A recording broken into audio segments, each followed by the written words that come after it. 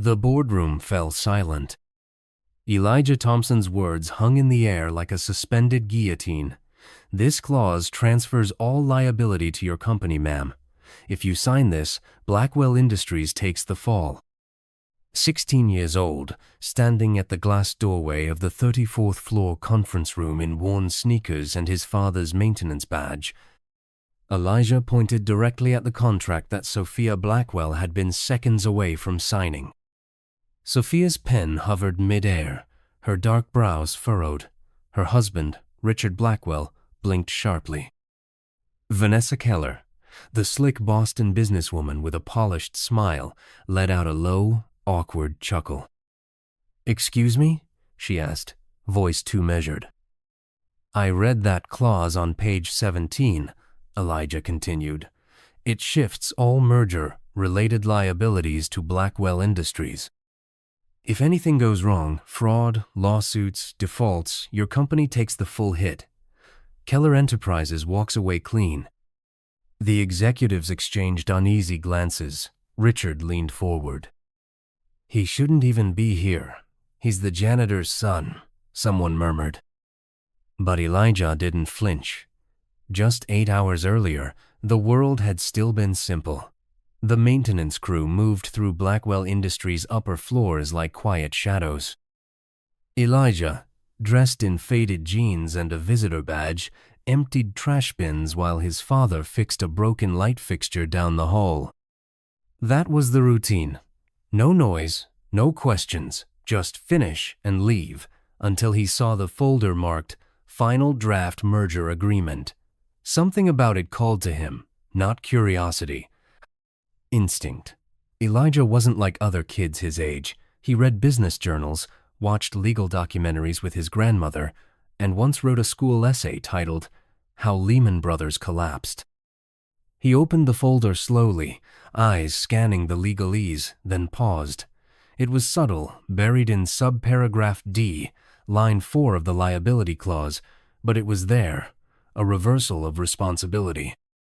If the deal collapsed or legal issues surfaced afterward, Blackwell Industries, not Keller Enterprises, would absorb all legal and financial consequences. It was a trap. "Dad," Elijah said, rushing down the hallway, "have you ever seen a contract that hands over an entire company like this?" James Thompson barely looked up from fixing the ceiling panel. "Elijah, stop it. Don't mess with their business." "But what if?" "No. You want us both fired?" Elijah shut his mouth, but his mind raced. Now, in the boardroom, everyone sat frozen. Richard's hand tensed around the armrest. Vanessa's gaze narrowed. Sophia Blackwell stared at Elijah. Slowly, she lowered the pen. "You say this clause transfers liability?" Her voice was calm, too calm. "Yes, ma'am," Elijah replied. "It's disguised in legal jargon, but if your team didn't read every line, it's meant to confuse. It doesn't protect your company. It sets you up to take the fall." "Richard, this is absurd. He's a child." Vanessa's voice cracked like ice. But Sophia was no longer listening. She flipped to page 17, scanned, paused, and something in her jaw tightened. Vanessa leaned forward. "Are we really giving weight to conspiracy theories from someone who empties trash cans?" Elijah's cheeks burned, but his voice remained steady.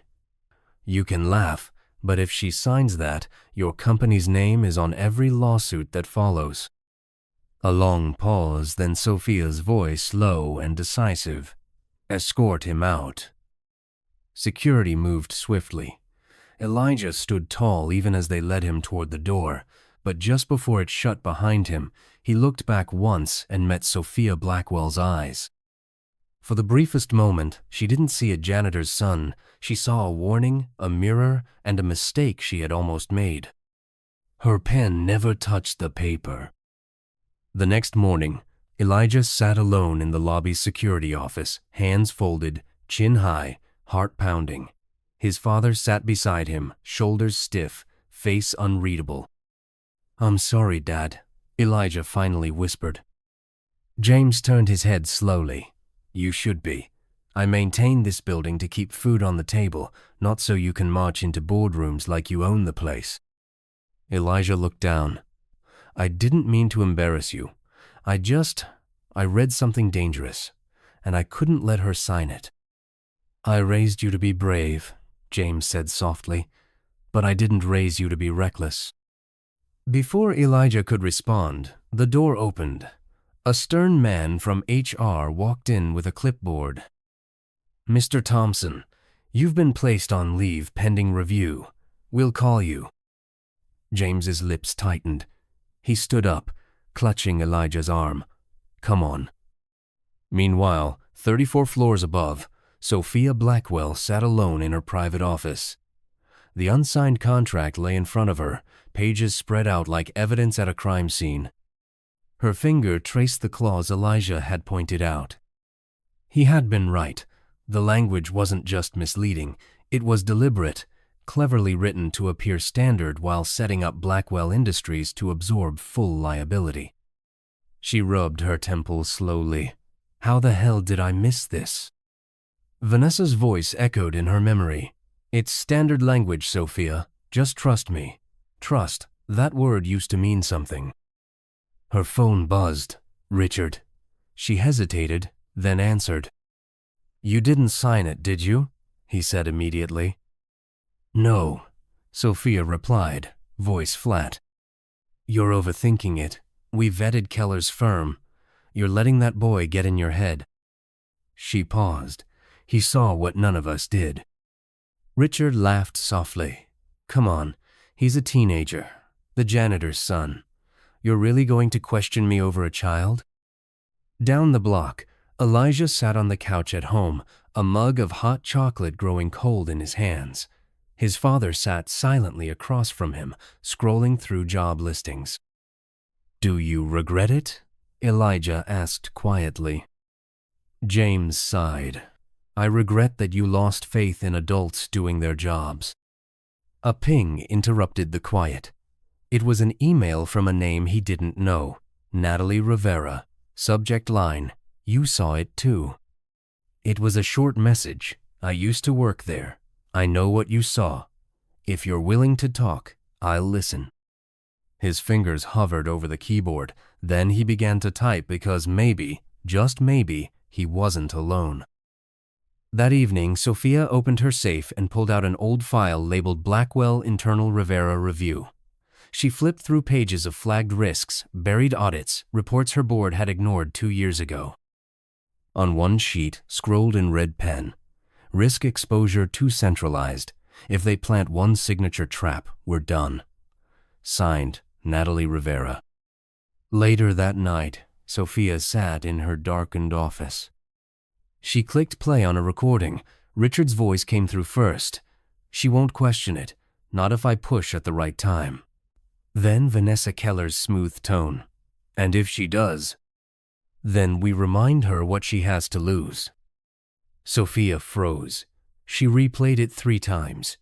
When it finally sank in, something inside her cracked, not loud, not visible, but final. Richard wasn't just involved, he was leading it. Elijah stood outside the Atlanta Central Library, clutching a folder and a flash drive Natalie had mailed him. As he typed, the truth unfolded. 3 merger attempts, 3 ruined companies, all tied to Vanessa Keller. And in the background of each one were traces of Richard Blackwell's digital approval credentials. He wasn't just helping Keller. He'd been doing it for years. That evening, Elijah tried to deliver the documents to Natalie Rivera at her apartment, but when he arrived, the door was ajar. Inside, it was empty, just a single envelope on the kitchen table labeled ET. Inside were a thumb drive and a note. "They know I'm helping you. Don't come back here. Find someone you trust soon." Back in the city, Sophia sat in her car outside an old courthouse, meeting Dominic Washington, a civil rights attorney known for taking cases no one else dared touch. "Blackwell," he said, sliding into the passenger seat. "You came to the right person, but this is bigger than contract fraud." "I know," Sophia said. We're dealing with organized financial subversion. I need to protect my company, and I need to protect a boy who saw it first. He's 16, name's Elijah Thompson. He caught it before any of us did." For the first time, the lawyer smiled. "Then he may be our most valuable witness." The next morning, Elijah returned to Blackwell Tower. When Sophia saw him, something in her softened. She stood, extended a hand, not like a CEO, but like a woman finally seeing her own blind spots. "I owe you more than an apology," she said. "I owe you the truth." Elijah looked up at her, his voice quiet but firm. "Then let's get it out before someone else disappears."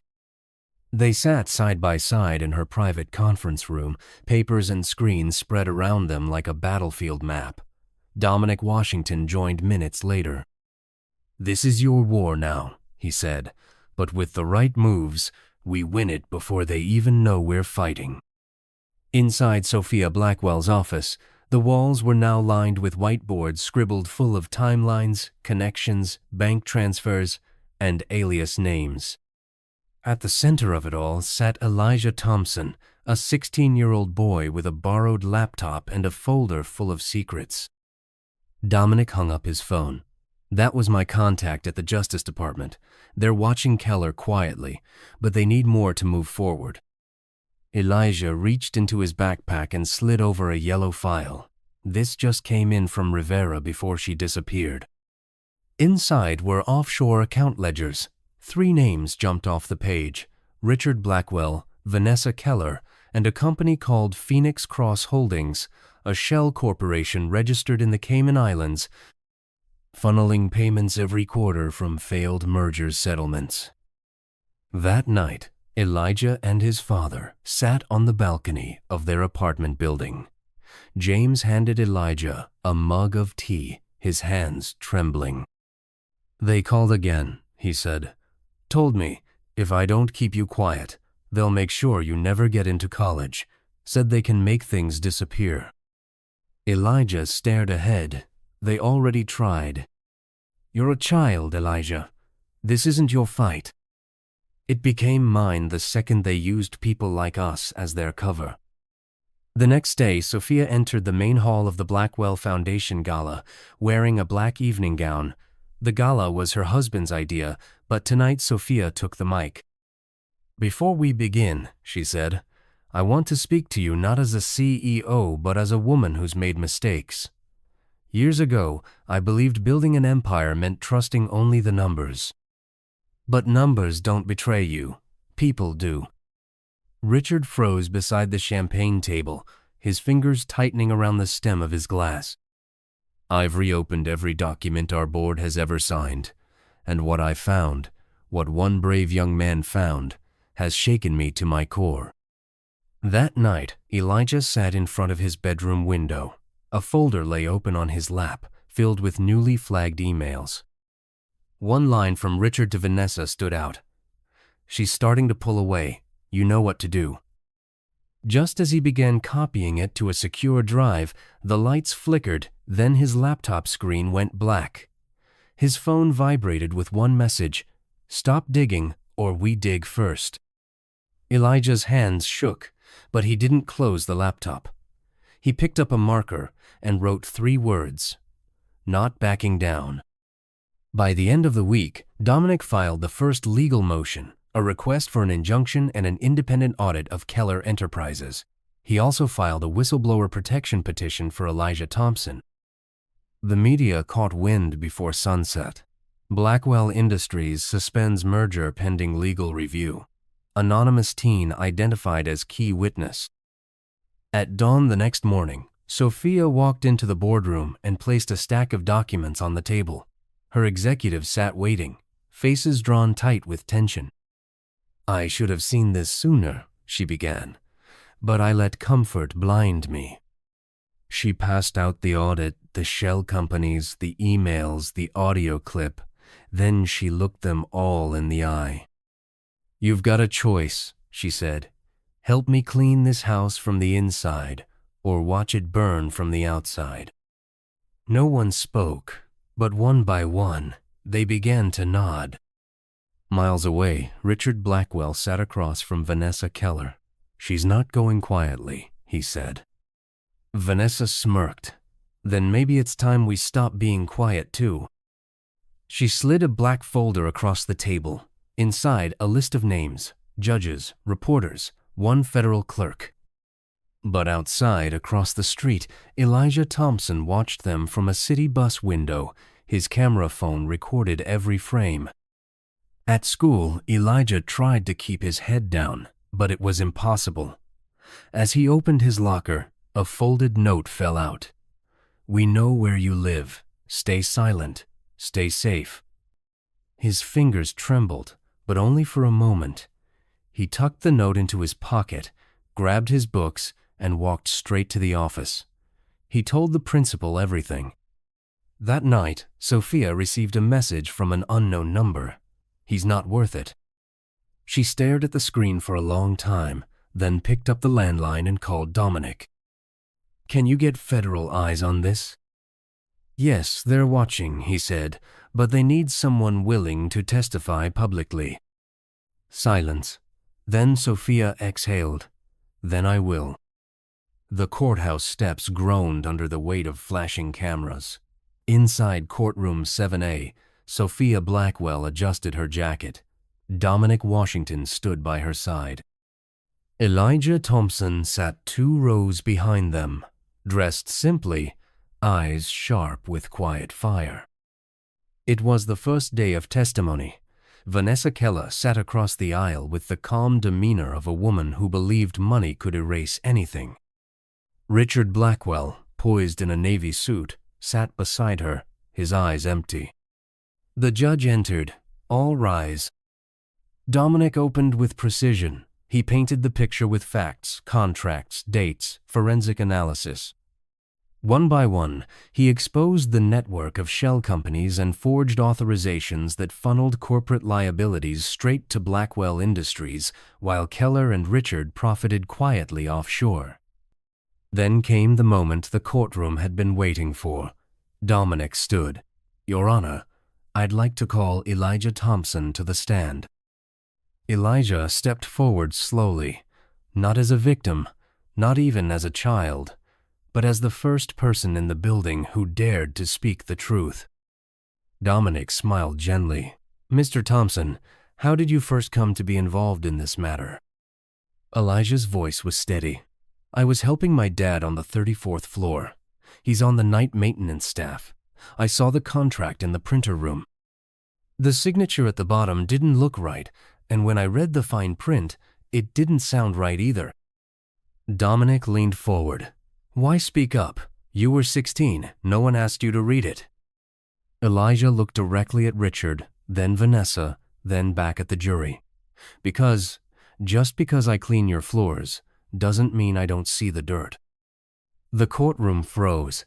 Even the judge's expression shifted. Cross-examination came hard. Keller's attorney tried to rattle him. "Mr. Thompson, did you understand all the legal terminology in that contract?" "No, sir," Elijah said, "but I understood enough to know someone was hiding something." "You consider yourself an expert in business law?" "No, but I don't think you need a degree to see when someone's being set up to fail." The jury watched him with new eyes, not just a boy, but the voice of every overlooked worker who had ever been told to stay in their lane. After the recess, Sophia took the stand. Dominic asked her one question. "What made you believe him?" She paused.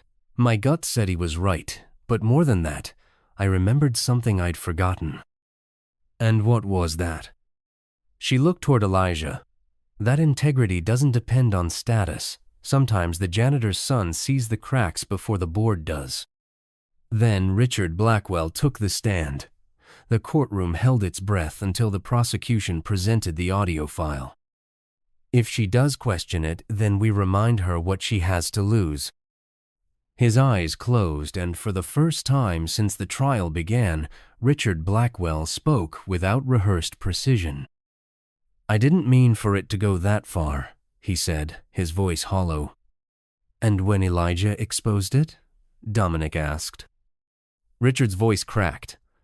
I wanted him gone because he saw everything I had worked so hard to keep hidden. The verdict came just before noon. The jury filed in with solemn faces. On the count of conspiracy to commit corporate fraud, we find the defendants guilty. On the count of falsifying financial documents, guilty.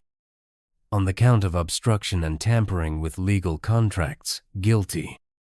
Each word fell like a gavel striking stone. The judge issued the sentence swiftly, 12 years in federal prison for both defendants. Outside the courthouse, reporters shouted questions. Elijah answered just one. What do you want people to remember from this case? He paused, then looked directly at the nearest camera. That truth doesn't depend on your title, and justice doesn't care how clean your shoes are. In the weeks that followed, Blackwell Industries didn't collapse. It reformed. Sophia Blackwell initiated a full restructuring. Richard's name was removed from every official board record. Keller's assets were frozen. Dominic Washington was brought on as Chief Ethics Counsel. And Elijah Thompson? He was offered a full scholarship at a press conference inside the building he once cleaned. Sophia announced the news personally. Blackwell Industries is establishing the Elijah Thompson Fellowship for young minds with vision and courage. Elijah didn't just protect this company. He reminded us who we are supposed to be. Later that night, Sophia sat in her office, not alone. Elijah stood across from her, holding a manila envelope. I got my Harvard acceptance letter, he said, eyes shining. She smiled. You earned more than that. You've got a seat at any table you want. He hesitated, then asked, Do you regret any of it? She looked out the window, the skyline of Atlanta glowing gold. I regret that I didn't see it coming, she said softly, but I don't regret who stood up when I couldn't. Sophia placed Elijah's envelope on a shelf above her desk, beside her most treasured awards. Beside it, a plaque read, Truth isn't loud, but it lasts. A boy once pointed to a signature and changed everything. And now, from the ashes of deceit, a new foundation stood tall, cleaner, stronger, and unshakably honest. The empire hadn't fallen. It had been rebuilt by the one they never saw.